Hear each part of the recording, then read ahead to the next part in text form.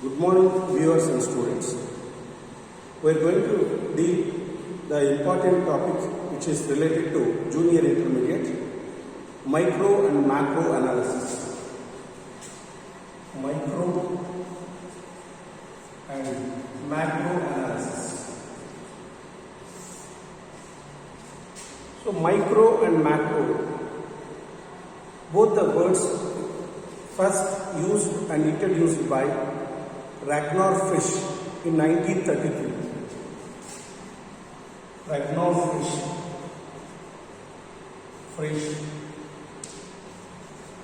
in 1933.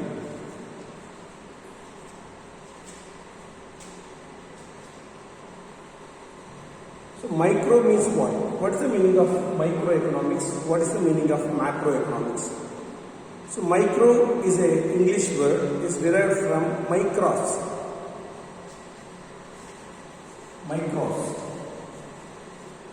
Micro is an English word, is derived from micros. Is a Greek word. Greek word.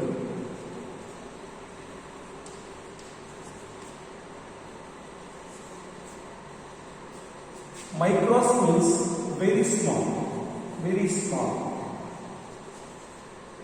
Or millionth part.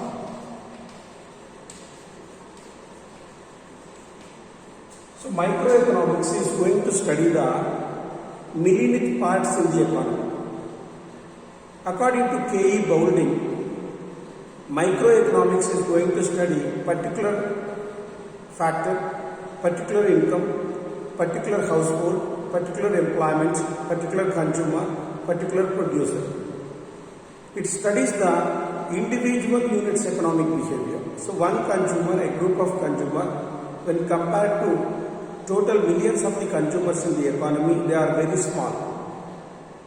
One producer, a group of producers, so very small when compared to economy. So in the economy, millions of the consumers, millions of the producers are there. So it studies the individual unit's economic behavior.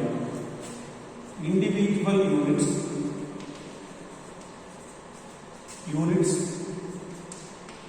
economic behavior.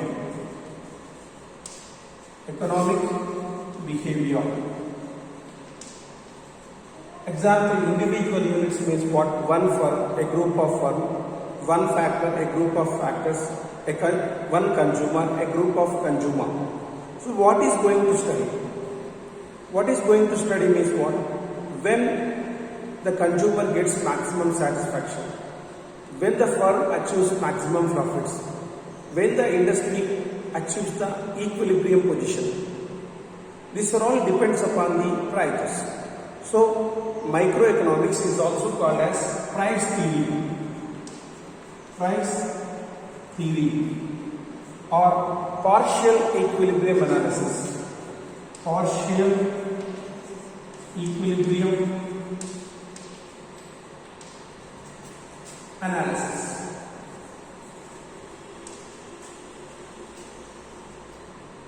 So it is also called as price theory and partial equilibrium analysis. Why it is called it as a price theory? So through microeconomics, we can determine the product market price and factor market price. Product market prices and factor market prices.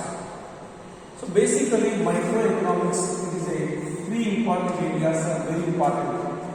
Product market,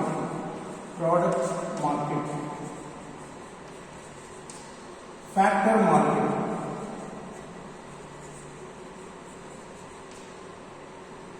theory of economic welfare.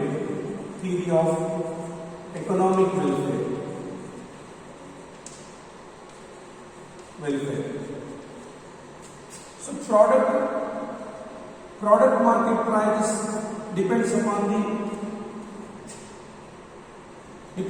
the prices, cost, demand, cost and supply, demand, cost and supply. And factor market prices are rent, wage, interest and profit. So microeconomic analysis is very useful in the determination of factor market prices and product market prices, how the rent is determined, how the wage is determined, how the interest is determined.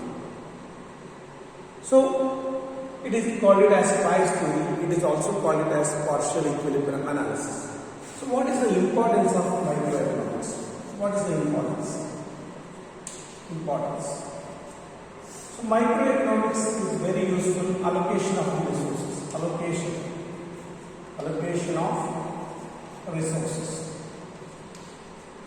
Macroeconomics is very useful to allocation of the resources. And how to use the resources optimum manner. Optimum utilization of resources. Optimum utilization of resources. And how to take the individual, how to take the decisions, individuals on the basis of economic efficiency. To improve the economic efficiency, how to take the decisions. These are all many theories, microeconomic theories, helps to take a decision-making process. For economic efficiency, decisions, economic efficiency.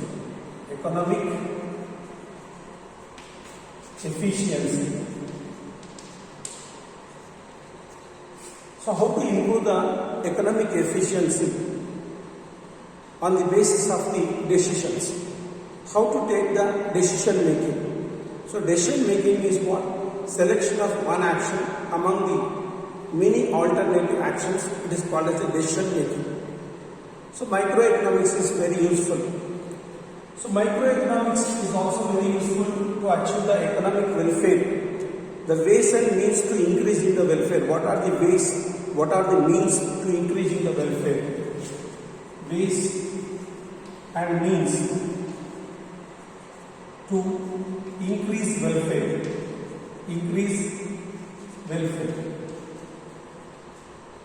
So microeconomics is very useful in international trade, in the determination of exchange rate. Determination of exchange rate.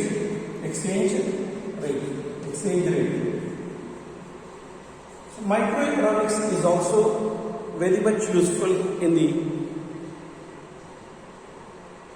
the incidence or burden on taxation. So one side producer, wholesaler, stocking or manufacturer, and another side consumer. How the tax burden, tax incident is shared between the two groups in the society. So the microeconomics is very useful. So this is called as microeconomics. So micro and macro, both words first used and introduced by Ragnar Frisch in 1933. He belongs to the Oslo University. Micro is the English word derived from the micros, is a Greek word. So micros means very small and millionth part. So microeconomics studies millionth parts in the economy, that is related to one consumer, a group of consumer, one firm, a group of firm, one industry, a group of industry. When compared to economy, is a very less representation, and that is, we can call it as in economic terminology, individual economic units behavior. So what is going to study? One firm, how achieves the profit, one consumer, how achieves the maximum satisfaction from the limited resources, how one industry achieves the equilibrium position, totally depends upon the prices. So microeconomics largely we can call it as price theory. It is also called it as partial equilibrium analysis. So microeconomics is going to study product market, factor market, theory of economic welfare. So product market depends upon the demand, cost and supply. Factor market, rent, wage, interest and profit. and theory of economic welfare.